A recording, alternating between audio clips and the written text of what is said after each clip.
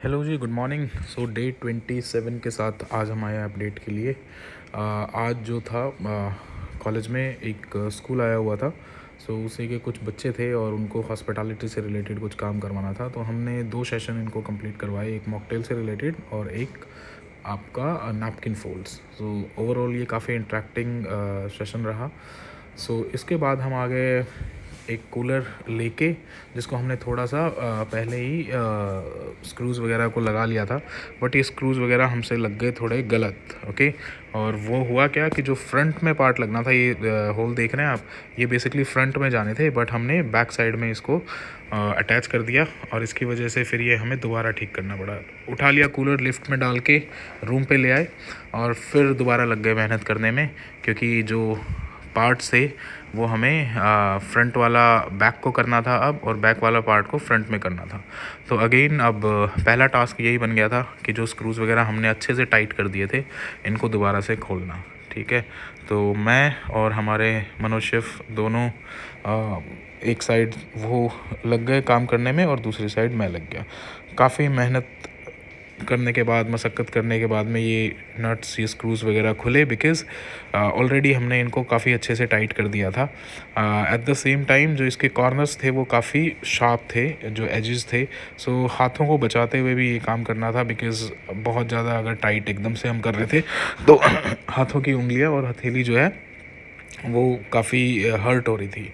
ठीक है, तो समहाउ वी मैनेज्ड। हमने सारे के सारे स्क्रूज़ को पहले अनस्क्रू किया और निकाला, फ्रंट पार्ट को बैक किया, बैक पार्ट को आगे की तरफ लेके आए, एंड फाइनली ये सेटअप हो गया। ठीक है, अभी तक जो है हम बहुत ही गर्मी में रह रहे थे, बट यस, आज जब कूलर आया तो एक्साइटमेंट जो थी अलग ही लेवल पे थी कि आज तो कूलर लगेगा और बढ़िया उसके अंदर पानी वानी डाल के रात को एकदम रूम को चिल्ड करके ठंडा करके सोएंगे। ठीक है, तो उसी एक्साइटमेंट में ये काम हमने 2 बार किया, कूलर को टोटली असेंबल किया, फिर डीअसेंबल किया और फिर से असेंबल किया। बट इतना, और ये ओवरऑल इस सब को करने में समवेयर हमें 2 घंटे के आसपास लग गया।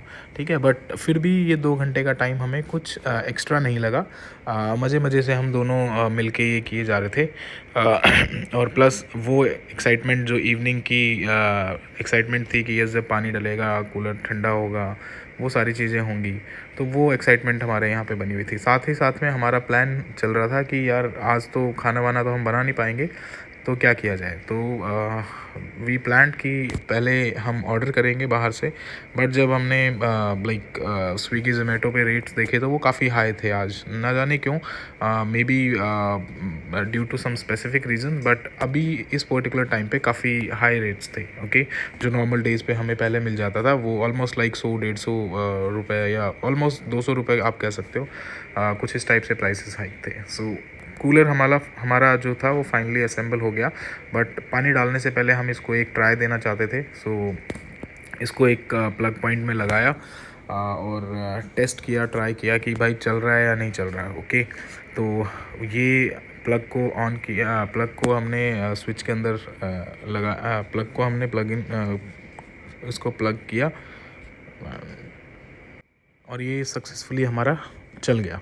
ठीक है, जो हमारा प्लग था वो लगाने के बाद में हमारा कूलर सक्सेसफुली चल गया। फिर हमने हाइट पे अगर हम इसे लगाते तो ये हमें हवा प्रॉपर नहीं देता, बिकॉज हमारे जो शीट्स हैं, जो हमारे बेड्स हैं, वो फ्लोर पे ही हैं, वो हाइटेड नहीं है। सो वी प्लान कि नहीं, हम इसे नीचे ही रखेंगे। और ऐसा करने के बाद में हमने फिर इसके अंदर पानी डाला 3-4 बाल्टी, और फिर इसको चला के देखा तो बहुत बढ़िया ठंडी हवा दे रहा था। राइट, ये फिर नेक्स्ट डे 27 अगले दिन सुबह की है, 3 किलोमीटर रनिंग। और ये अगेन मैंने ऑलमोस्ट 7 मिनट 50 सेकेंड्स के आसपास पर किलोमीटर कंप्लीट किया था। So that's all for today. Thank you so much.